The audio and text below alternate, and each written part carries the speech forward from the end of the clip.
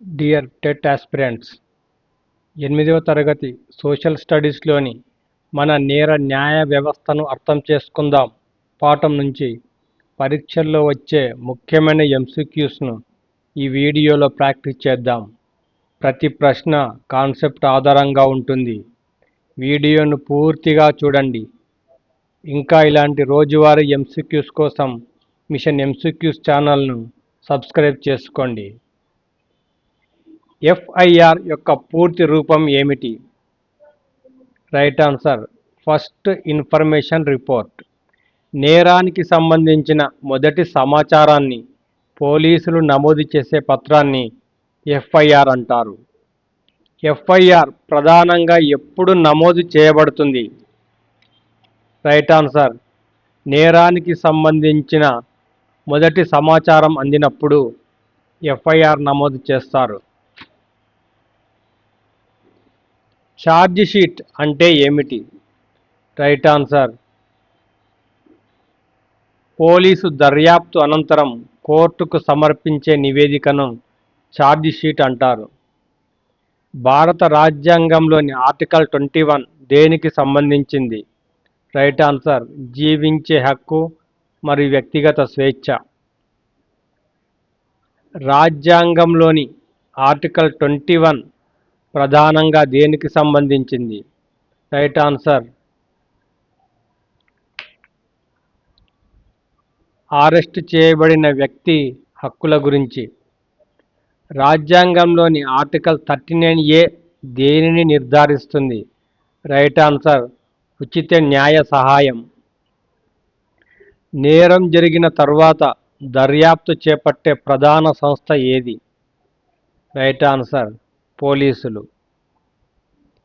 నిందితుడిని అరెస్టు చేసిన తర్వాత సాధారణంగా ఎంత సమయంలో మెజిస్ట్రేట్ ముందు హాజరుపరచాలి? 24 గంటల్లో. అరెస్టు చేసిన వ్యక్తికి అరెస్టు కారణాన్ని తెలియజేయడం ఎవరి బాధ్యత? రైట్ ఆన్సర్ పోలీసు అధికారి. ప్రభుత్వ తరపున నేర కేసును వాదించే న్యాయవాదిని ఏమంటారు? Public prosecutor. నిందితుడి తరపున వాదించే న్యాయవాదిని ఏమంటారు? Defence lawyer. వాంగ్మూలం అంటే ఏమిటి? రైట్ ఆన్సర్ సాక్షి లేదా సంబంధిత వ్యక్తి ఇచ్చే ప్రకటన. దర్యాప్తు లేదా విచారణలో వ్యక్తి తెలిపే వివరాలను వాంగ్మూలం అంటారు. న్యాయ విచారణ యొక్క ప్రధాన ఉద్దేశం ఏమిటి?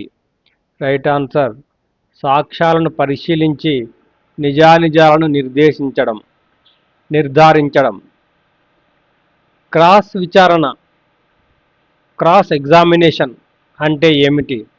రైట్ ఆన్సర్ ప్రత్యర్థి తరపున సాక్షిని ప్రశ్నించడం. ప్రాసిక్యూషన్ యొక్క ప్రధాన బాధ్యత ఏమిటి? రైట్ ఆన్సర్ నేరాన్ని కోర్టులో నిరూపించేందుకు ఆధారాలు సమర్పించడం. నిందితుడు తనకు నచ్చిన న్యాయవాదిని నియమించుకునే హక్కు ఏ రాజ్యాంగ అధికరణంతో సంబంధం కలిగి ఉంది? Right answer article 22. పోలీసులు దర్యాప్తు పూర్తయిన తర్వాత కోర్టుకు సమర్పించే పత్రం ఏది? Right answer charge sheet.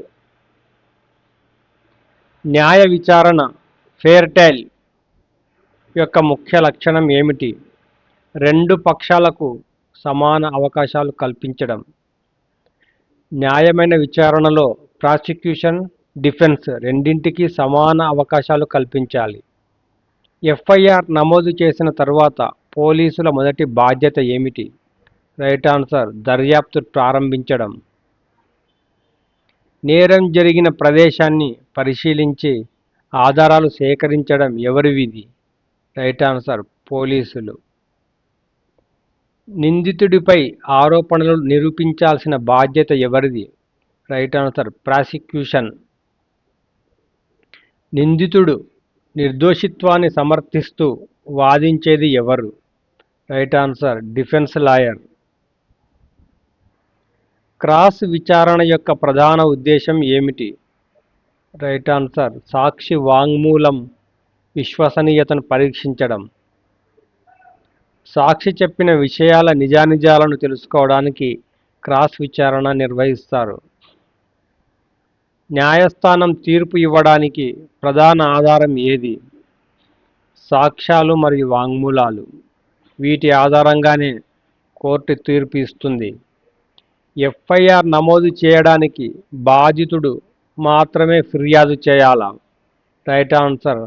కాదు, నేరం గురించి తెలిసిన ఎవరైనా సమాచారం ఇవ్వవచ్చు. అరెస్టు చేయబడిన వ్యక్తిని 24 గంటల్లో మెజిస్ట్రేట్ ముందు హాజరుపరచకపోతే అది దేనికి అర్థం?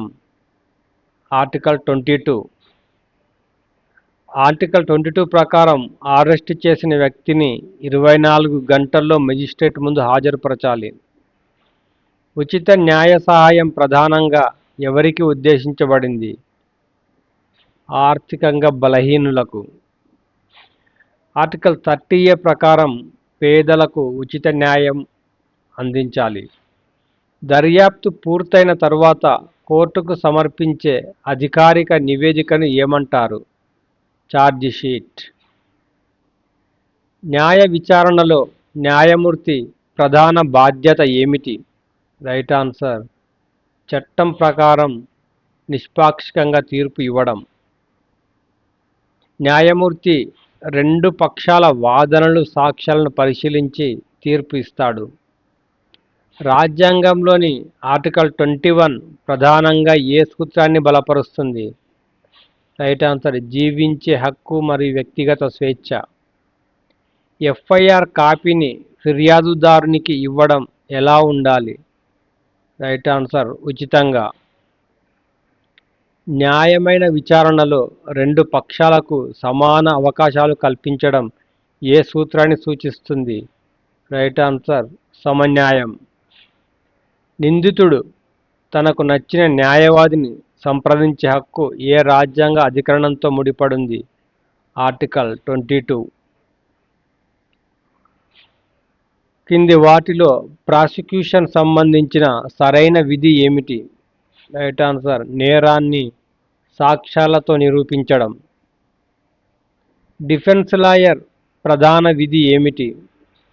Right answer. నిందితుడి హక్కులను పరిరక్షించడం. నేర న్యాయ వ్యవస్థ యొక్క ప్రధాన లక్ష్యం ఏమిటి? నిజమైన నేరస్తుడిని గుర్తించి చట్ట ప్రకారం న్యాయం చేయడం. మన నేర న్యాయ వ్యవస్థను అర్థం చేసుకుందాం అనే పాఠం యొక్క ప్రధాన సందేశం ఏమిటి? Right answer.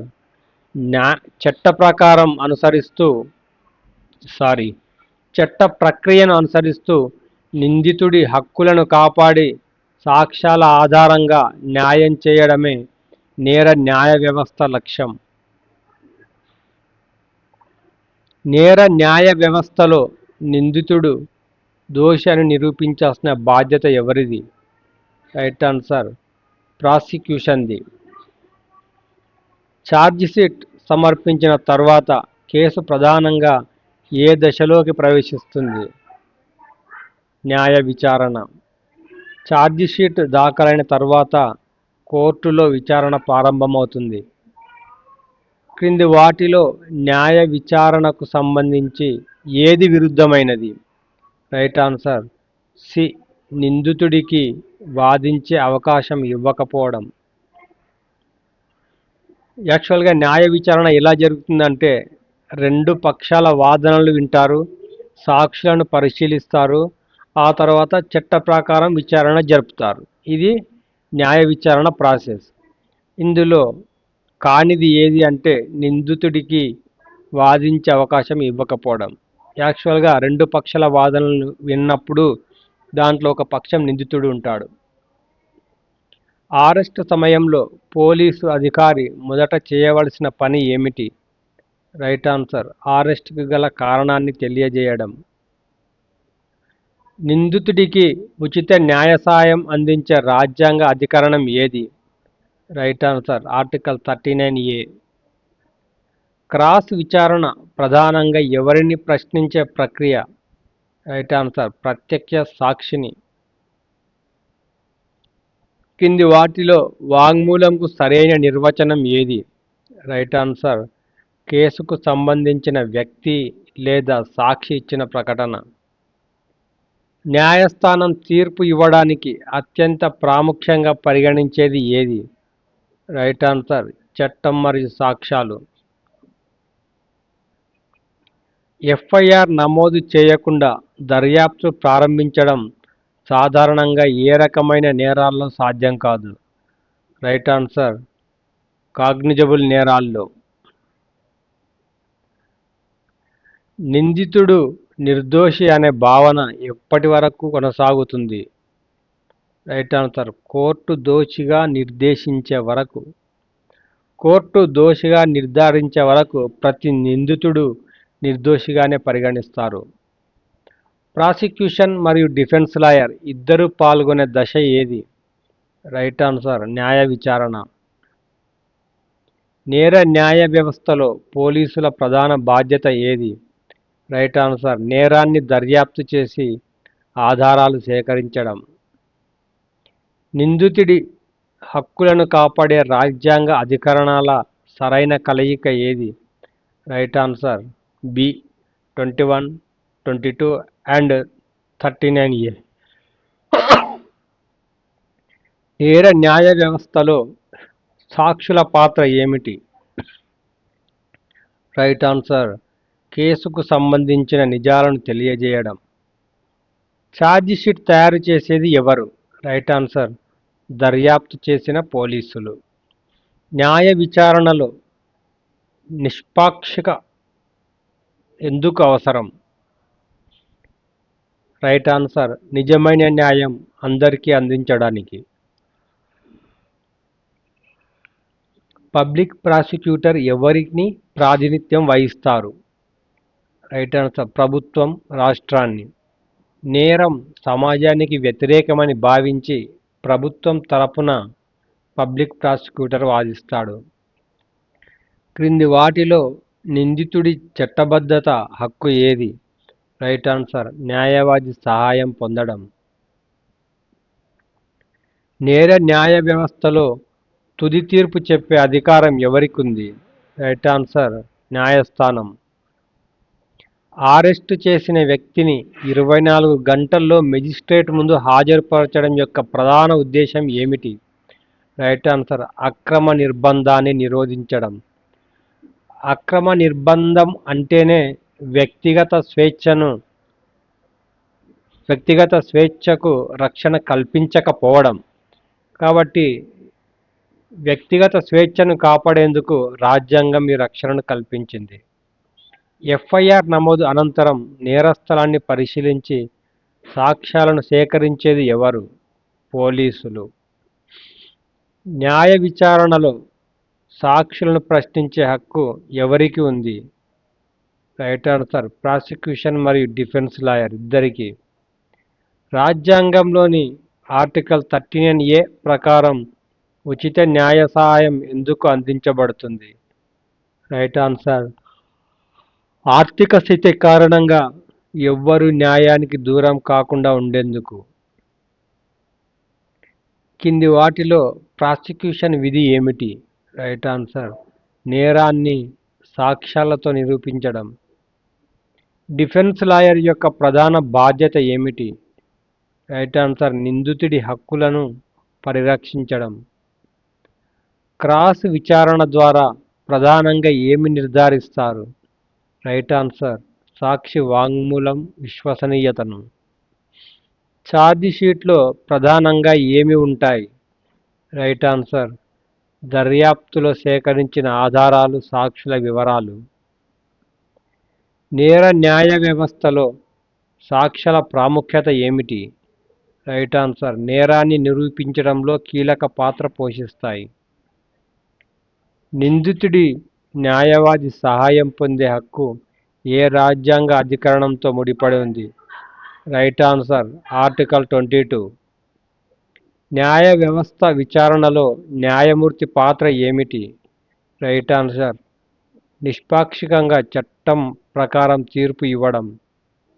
క్రింది వాటిలో నిందితుడి ప్రాథమిక హక్కు ఏది?